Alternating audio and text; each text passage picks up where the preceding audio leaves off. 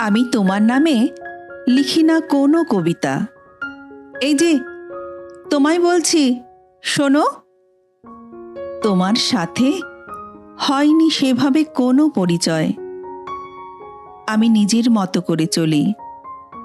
যেখানে দাঁড়ানোর সেখানে ভালো লাগলে দু একটা শব্দ বলি খালি। এতে নেই কোনো অর্থবহ বাহাদুরি।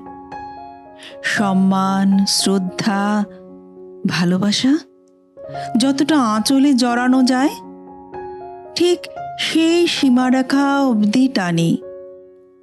যার মধ্যে আমার বাস, সে হয় অতীত, বর্তমান এবং ভবিষ্যৎ।